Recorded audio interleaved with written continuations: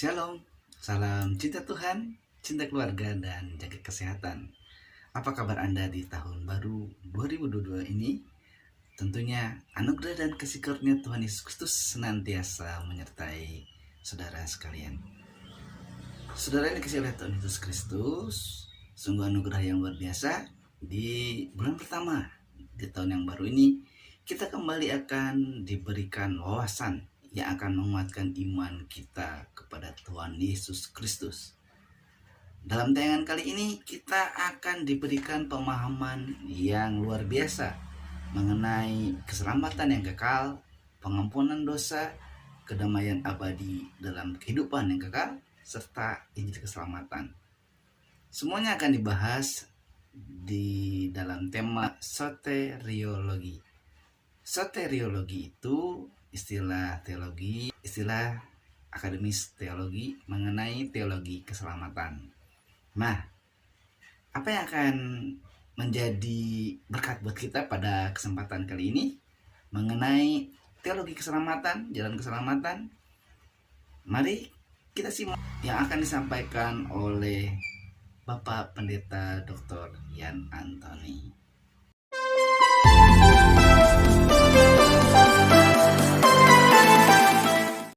Shalom Om, apa kabar Om? Shalom, baik. Terima kasih, puji Tuhan. Salam cinta Tuhan, cinta keluarga, dan jaga kesehatan Om. Amin. Cinta Tuhan, cinta keluarga, jaga kesehatan. Tetap semangat. Tetap semangat. Luar biasa sekali. Nah, para sahabat Alpetra, ayo semangat. Kata Om Yan tadi, kita harus terus kuat dalam Tuhan. Di tahun yang baru ya Om ya. Semangat baru ya Om. Wah, cinta Tuhannya lebih baru lagi. Ya. Tahun ini Om jalan 77 tahun nih. Wah, luar biasa. Tapi masih puji Tuhan lah. Yang sekarang ini agak batuk tapi nggak apa-apa lah.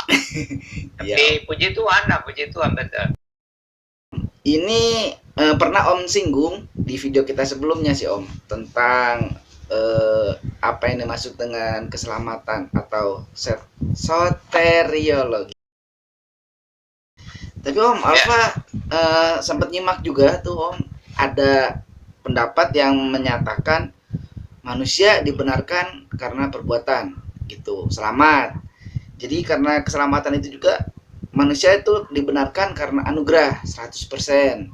Nah ini Om bikin mungkin sahabat Alpetra Ministry bingung Om. Jadi hari ini kita mau bahas tentang jalan keselamatan atau teologi keselamatan. Mungkin Om bisa jelaskan lebih dulu Om apa yang dimaksudkan dengan soteriologi.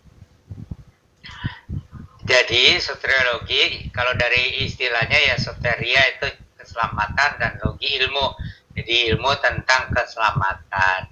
Itu di setiap agama ada ajaran keselamatan gitu ya. Dan pada umumnya secara logika memang keselamatan itu usaha dari manusia untuk mencapai Allah atau untuk bisa terhindar dari neraka itu pada umumnya begitu.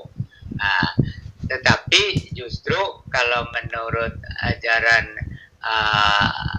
Alkitab gitu ya, jadi terutama yang dinyatakan oleh kedatangan Yesus, ya Tuhan yang menjelma menjadi manusia, itu jadi itu inisiatifnya dari Allah sendiri gitu.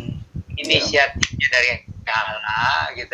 Lalu manusia meresponi gitu. Harus meresponi karena apa? Karena waktu Tuhan Allah menciptakan Adam dan Hawa juga itu diberikan free will, kehendak bebas. Artinya pilihan lah gitu. Mau menerima atau mentaati Tuhan atau menolak gitu dari awalnya begitu. Karena manusia diciptakan menurut gambar Allah. Jadi karena manusia diciptakan menurut gambar Allah, ya itu artinya punya kehendak bebas begitu. Nah, jadi begitu Tuhan Yesus datang ke dalam dunia itu namanya inkarnasi itu.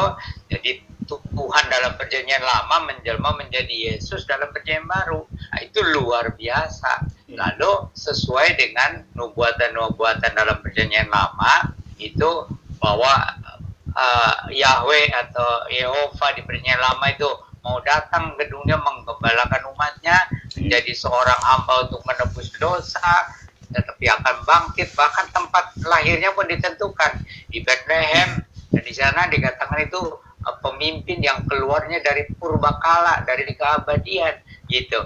Jadi itu ya luar biasa penekanannya pada anugerah, tetapi bagaimana manusia meresponinya gitu, mau menerima atau menolak.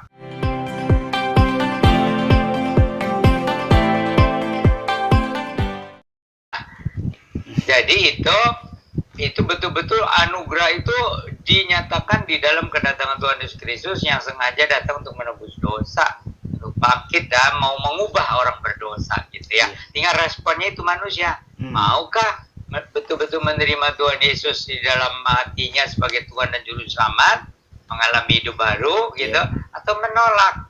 Nah, tetapi itu kenapa ada sebagian orang menekankan kepada anugerah? Karena kalau tidak dijamah oleh Roh Kudus, kalau tidak anugerah itu yang menggerakkan manusia, maka ya biarpun sudah ke gereja berpuluh tahun, biarpun misalnya aktif gitu ya, aktif melayani Tuhan atau bahkan jadi pendeta gitu, tapi kalau dia tidak mengalami anugerah keselamatan, dia hanya agama saja. Nah, itu bisa malahan berbalik gitu ya, menyangkal Yesus, meminta agama. Jadi itu selalu ada dua penekanan. Pertama itu anugerah Allah, karya Allah. Yang kedua itu respon dari manusia gitu ya. Tidak boleh hanya satu tidak boleh hanya fokus hanya kepada anugerah Allah saja.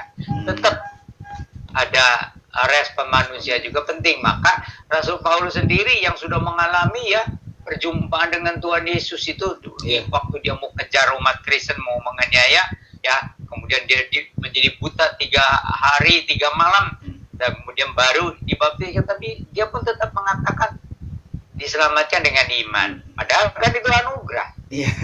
Ya kan? Itu anugerah yang jelas-jelas, tapi Rasul Paulus mengajar kita diselamatkan oleh iman. Meskipun itu diselamatkan dengan anugerah. Gitu. Kayak sebetulnya sejalan ya Om ya. Kan jadi ada yang tetap kekeh gitu menekankan. Ini ayatnya Efesus 2 ayat 8-9 karena anugerah. Ada yang menekankan karena dari surat Yakobus, iman tanpa perbuatan adalah mati. Tapi Om tadi sudah jelaskan ternyata sejalan. Baik anugerah maupun respon sebagai iman kita. Apakah keselamatan ini ya ada kaitannya dengan proto evangelion itu Om, yang dari perjanjian lama? Kan ya itu. Jadi ternyata waktu Adam dan Hawa jatuh ke dalam dosa, lalu seharusnya kan mereka dibunuhlah langsung karena sudah dikasih tahu kamu akan mati. Ternyata itu mati rohani dulu, tetapi dikasih janji bahwa itu dari perempuan ini nanti akan keluar itu keturunan perempuan ini akan menghancurkan kepala ular, kepala iblis itu. Gitu. Nah, itu dianggapnya ya pasti tertuju kepada waktu keturunan perempuan itu, maksudnya Tuhan Yesus yang lahir dari anak darah Maria itu. Jadi waktu dia menjadi korban penebusan di kayu salib dan bangkit, nah itulah menghancurkan kuasa iblis itu. Itu maka disebut proto evangelion, itu maksudnya Injil yang asli yang pertama gitu, janji tentang datangnya juru selamat ke dalam dunia. Kalau untuk istilah yang tepat untuk keselamatan dalam perjanjian lama apa ya Om ya? Di dalam perjanjian lama itu istilahnya pembebasan pembebasan ya itu. Jadi waktu bangsa Israel dilepaskan dari perbudakan Mesir, Iya. itu dibebaskan dari perbudakan, lalu menjadi umat Allah. Jadi di dalam perjanjian lama itu keselamatannya itu berarti pembebasan dari perbudakan, gitu. Tapi ada juga istilah pengampunan dosa oleh penebusan. Penebusannya binatang gitu kan. Jadi kalau secara satu bangsa itu ada sapi yang dikorbankan.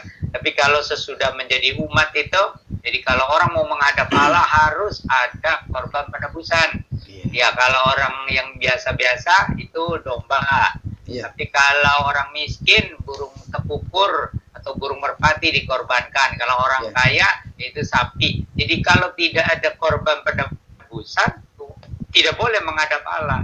Nah itu di dalam perjanjian lama itu semacam mengajarkan bahwa Allah yang maha kudus, yang maha suci itu tidak bisa dihampiri kalau tidak ada penebusan. Gitu. Lalu penebusan itu pun tidak hanya sekedar korban keselamatan, lalu orang asal nyembelih binatang gitu ya, bukan, tetapi harus ada iman. Maka di sana dicontohkan antara Kain dan Habil. Jadi Kain itu masalahnya kenapa persembahannya ditolak? Pertama memang tidak ada korban penebusan, yang kedua dia tidak ada iman. Tapi kalau Habil itu dua hal. Pertama itu memang ada binatang yang dikorbankan, darah penebusan, tetapi Habil juga dengan iman. Jadi dia tuh sepertinya Tuhan, saya ini orang berdosa yang harusnya mati, tapi terimalah ini korban penebusan ini gitu. Cuman ya darah binatang kan tidak mungkin menjamin penebusan. Maka itu lambang dari penebusan yang dikerjakan oleh Tuhan Yesus Kristus di kayu salib. Gitu. Jadi perjanjian lama itu banyak seperti lambang-lambang, dan ada nubuatan-nubuatan, ada yang sepertinya itu supaya kita tuh jangan seperti tiba-tiba begini sih, bagaimana asalnya. Maka perjanjian lama itu mengajarkan, maka yang ditekankan di perjanjian lama itu adalah kesucian Allah, dan seperti Allah itu murka kepada orang berdosa itu langsung seringkalinya. Tetapi di dalam kemahasuciannya itu selalu diselipkan ada anugerah. Cuma penekanannya perjanjian lama itu kesucian Allah, murka Allah, hukuman. Kalau perjanjian baru sebaliknya, yang ditekankan itu anugerah Allah, kasih Allah gitu. Tetapi murka Allah juga tetap dikasih tahu, nanti murka Allah akan ditimpakan juga gitu kalau orang tetap tidak mau bertobat. Jadi persembahan yang dilakukan sejak Kain dan Habil, lalu juga yang diikuti oleh seterusnya oleh kaum seterusnya, kaum Israel, Abraham, Ishak dan Yakub dan seterusnya. Lalu ini merupakan pembebasan. Makanya Om juga menuliskan istilah yang untuk perjanjian lama ini akhirnya menuju ke Shalom ya Om, ke damai sejahtera, seperti dalam berkat Imam di Bilangan 6 ayat 26 ya Om. Iya, itu Shalom yang diterjemahkan damai sejahtera itu sebenarnya keselamatan yang sempurna. Cuma banyak orang tidak memahami Shalom gitu ya kan. Gitu. Padahal itu Shalom itu damai sejahtera adalah keselamatan yang sempurna. Jadi di dunia kita mendapatkan damai dengan Allah ya. Dan tentu saja dengan sesama juga, tetapi disambung nanti ke dalam surga. Jadi tetapi kan perjanjian lama tidak banyak bicara tentang surga, maka istilahnya Shalom itu sudah cukup gitu. Bagi orang Kristen itu kan penekanannya malah surga lebih banyak. Ya makanya mungkin ini yang jadi seperti Om tadi bilang, nanti ini di perjanjian baru Shalom ini yang muncul gitu ya Om ya. Jadi istilah Shalom ini yang muncul gitu. Ya, itu dijelaskan oleh Rasul Paulus tentang kita diperdamaikan dengan Allah. Diperdamaikan dengan Allah, dan juga kita harus berdamai dengan sesama manusia. Cuman kan bahasa Yunani kalau perjanjian baru. Irene. Keren. Kalau perjanjian lama Shalom, itu bahasa Ibrani gitu ya. Jadi kadang-kadang orang tidak begitu memperhatikan gitu. gitu. Tapi ya bagus kalau Pak Alfa sebut tentang pendamaian dengan Allah atau shalom, itu memang itu salah satu keistimewaan di dalam iman Kristen itu. Selain kita didamaikan dengan Allah, mendapatkan pengampunan dosa yang dijamin oleh darah Yesus, kita juga mendapatkan kedamaian di dalam hati. Gitu. Nah, kedamaian dalam hati itu yang mungkin sekarang disebutkan oleh orang Kristen salam itu damai gitu ya. Cuman akhirnya jadi sekedar salam. Iya. Betul Om. Akhirnya cuma salam aja, nggak ada maknanya gitu. Padahal maknanya sangat mendalam ya Om, sejak dari perjanjian lama sampai ke perjanjian baru. Betul. Jadi pokoknya mah itu pikiran Allah dengan pikiran manusia kan kadang-kadang sulit untuk bisa bertemu. Iya. Jadi manusia selalu salah paham, makanya banyak dikatakan ya itu kan pikiran kamu. Ya, tentang Allah sendiri kan banyak agama dengan konsep masing-masing. Nah, itu artinya apa? Artinya banyak manusia memikirkan Allah itu sesuai dengan konsep manusia. Padahal Allah itu melebihi konsep manusia. Allah itu Allah yang hidup, bukan konsep manusia. Gitu. Jadi Allah yang hidup itu yang memperkenalkan dirinya melalui nabi-nabi di perjanjian lama, dan yang terakhir itu melalui kedatangannya menjadi manusia Yesus Kristus itu. Ya, nah inilah Allah yang hidup.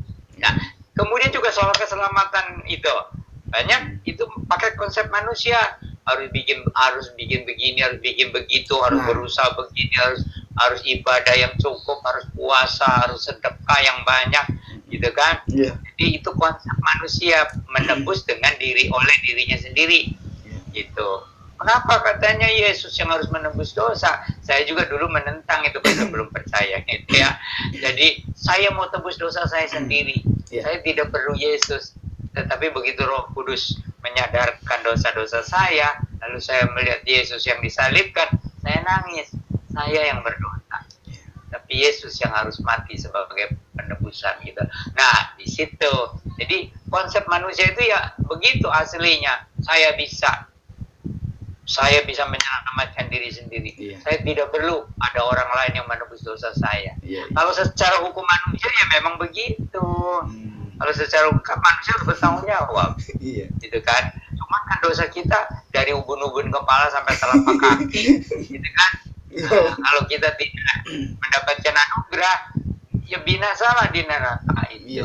Binasanya itu bukan karena Allah kejam, bukan. Tapi karena kita sudah mati secara rohani, ibaratnya barang rongsokan yang sudah tidak bisa diperbaiki, ya udah dilemparkan sampai hancur lah. Cuman ada yang hancurnya sekian lama, ada yang hancurnya sampai berapa ribu tahun gitu. Karena Allah tidak menciptakan neraka untuk manusia sebenarnya.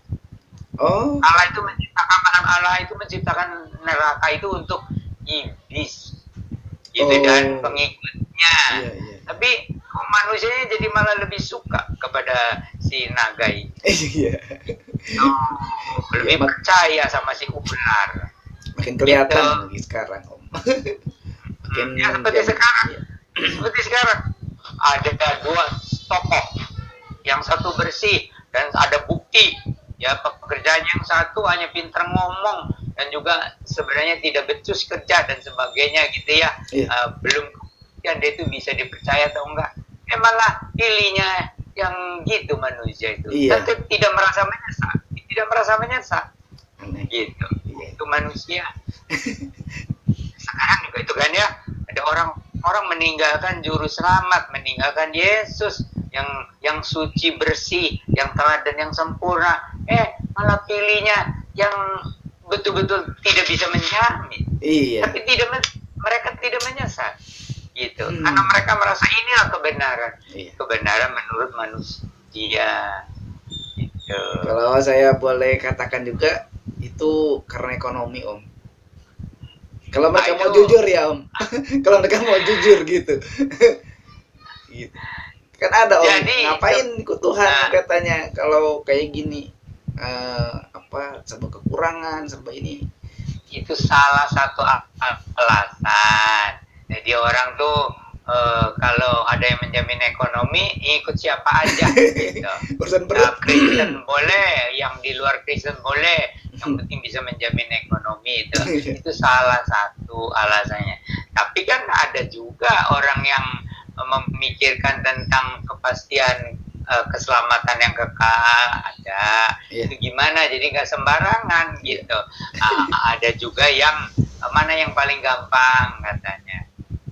Atau ada lagi yang mana yang katanya yang paling sederhana katanya. Iya. Jadi itu manusia lebih percaya kepada propaganda agama. Jadi kalau propaganda agamanya sesuai dengan logikanya, itu yang dipilih. Iya, betul. Nah Om, tadi udah ada terjawab sama Om. Kan orang suka nanya Om, kenapa saya harus selamat katanya kan gitu. Saya udah selamat kok, udah biasa-biasa aja, udah enak, apalagi yang selamat. Tapi tadi Om udah bilang bahwa kita ini rusak, kita ini secara rohani sudah mati, makanya kita perlu keselamatan gitu. Ya. Nah itu justru jadi ini yang dituduhkan kepada iman Kristen, kata enak sekali iman Kristen, percaya Yesus masuk surga gitu kan. Nah, ada yang dari luar, ada yang dari dalam.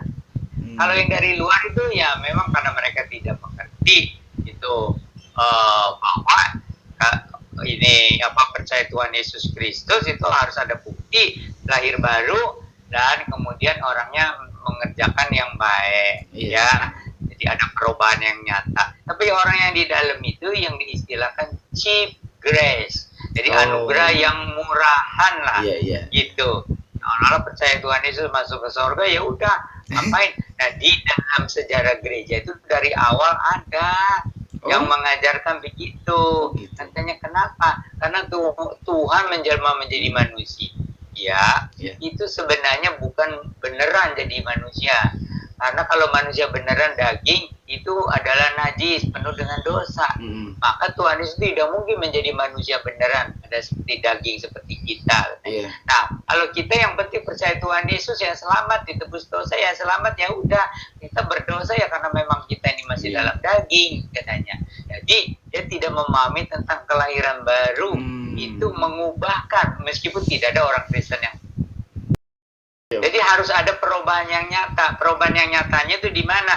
Itu di dalam hatinya itu atau di dalam rohnya itu ada hidup baru yang betul-betul mencintai Allah dan ada kemudian menerima kasih yang baru dari Yesus, ya. Tetapi itu dikatakan lahir baru kan seperti bayi itu harus bertumbuh. Gitu. Tapi begitu bayi pun dia sudah beda, sudah diselamatkan karena Tuhan kan melihat hati. Gitu. Nah, kemudian bertumbuh. Nah itu bergantung pemuridan, pembinaan di gerejanya, gitu. Nah ini banyak yang gereja tidak melakukan pemuridan atau pembinaan dengan benar. Semoga dengan adanya Alpetra Ministry Channel bisa membantu pembinaan iman. Iya, itu betul. Jadi penginjilan memang harus ekstensif ya, sampai ke segala bangsa suku. Nah, karena orang yang percaya Tuhan Yesus diselamatkan kalau lahir baru gitu ya. Tetapi pembinaan atau pemuridan itu harus intensif. Sebab kalau tidak, jadi itu ibarat tumbuh-tumbuhan yang kerdil-kerdil, gitu. Kerdil, jadi seperti bantut gitu ya, nggak tumbuh seperti kate ya. Kita tidak menghina orang kate, ini rohaninya itu kerdil, gitu. Terutama soal ya kasih, juga soal iman, soal pengharapan, soal karakter lagi. Ya, itu masih seperti memalukan Tuhan, tapi ya beda. Karena kalau sudah lahir baru tuh ada takut akan Allah. Takut akan Allah dan tidak berani sebenarnya melanggar hukum-hukum Tuhan, itu tidak berani. Gitu. Cuman ya itu tadi masih kerdil. Masih belum bisa bertumbuh. Orang Kristen itu banyak orang Kristen kerohaniannya kerdil, baik soal iman, tidak tahan godaan, tidak tahan pencobaan, tidak tahan kesusahan, imannya kerdil, belum apa-apa sudah panik dan sebagainya. juga dalam kasih. Ini dalam kasih ini yang seringkali masih jauh dari apa yang diteladankan oleh Yesus. Itu karena kita nih egois bener-bener. Makanya dibilang kita nih barang rusak ya, untuk diperbaiki itu perlu waktu. Meskipun sudah baru ininya sifatnya, tapi perlu waktu untuk bertumbuh dalam kasih yang dewasa gitu ya, dan bertumbuh dalam pengharapan. Meskipun menghadapi kematian masih ada pengharapan. Terus karakter lagi tuh, karakter anak-anak Allah itu sebenarnya harus betul-betul bertumbuh dalam kerendahan hati, bertumbuh dalam ketulusan, bertumbuh dalam kesucian, bertumbuh di dalam kesetiaan dan sebagainya. Gitu. Seseorang yang disalibkan bersama dengan Yesus bertobat dan memohon kepadanya untuk mengingatnya karena ia percaya bahwa Yesus adalah Mesias atau Raja yang akan datang kembali. Jadi kita tuh berdosa, bertobat. Banyak orang yang ragu tapi akhirnya karena setengah-setengah. Tapi dari peristiwa ini, waktu disalib Tuhan Yesus, orang itu ikut Tuhan sungguh-sungguh. Jadi itu salah satu penjahat yang disalibkan dengan Yesus itu, dia bertobat sungguh-sungguh, mohon kepada Tuhan Yesus. Tuhan Yesus langsung memberikan anugerah keselamatan ya, lahir baru itu. Meskipun dia belum dibaptiskan dan sebagainya, belum sempat bertumbuh, tapi dia itu diselamatkan ya berdasarkan anugerah itu. Tapi dia ya kerohaniannya ya masih bagaimana lah gitu, belum bertumbuh, tapi diselamatkan. Jadi soal keselamatan itu, kalau tidak sempat dibaptiskan masih tetap selamat. Kalau belum sempat bertumbuh juga masih tetap selamat. Cuman kalau dikasih umur panjang, ya harus dimanfaatkan untuk bertumbuh dalam iman, kasih, pengharapan, dalam karakter yang seperti Tuhan Yesus.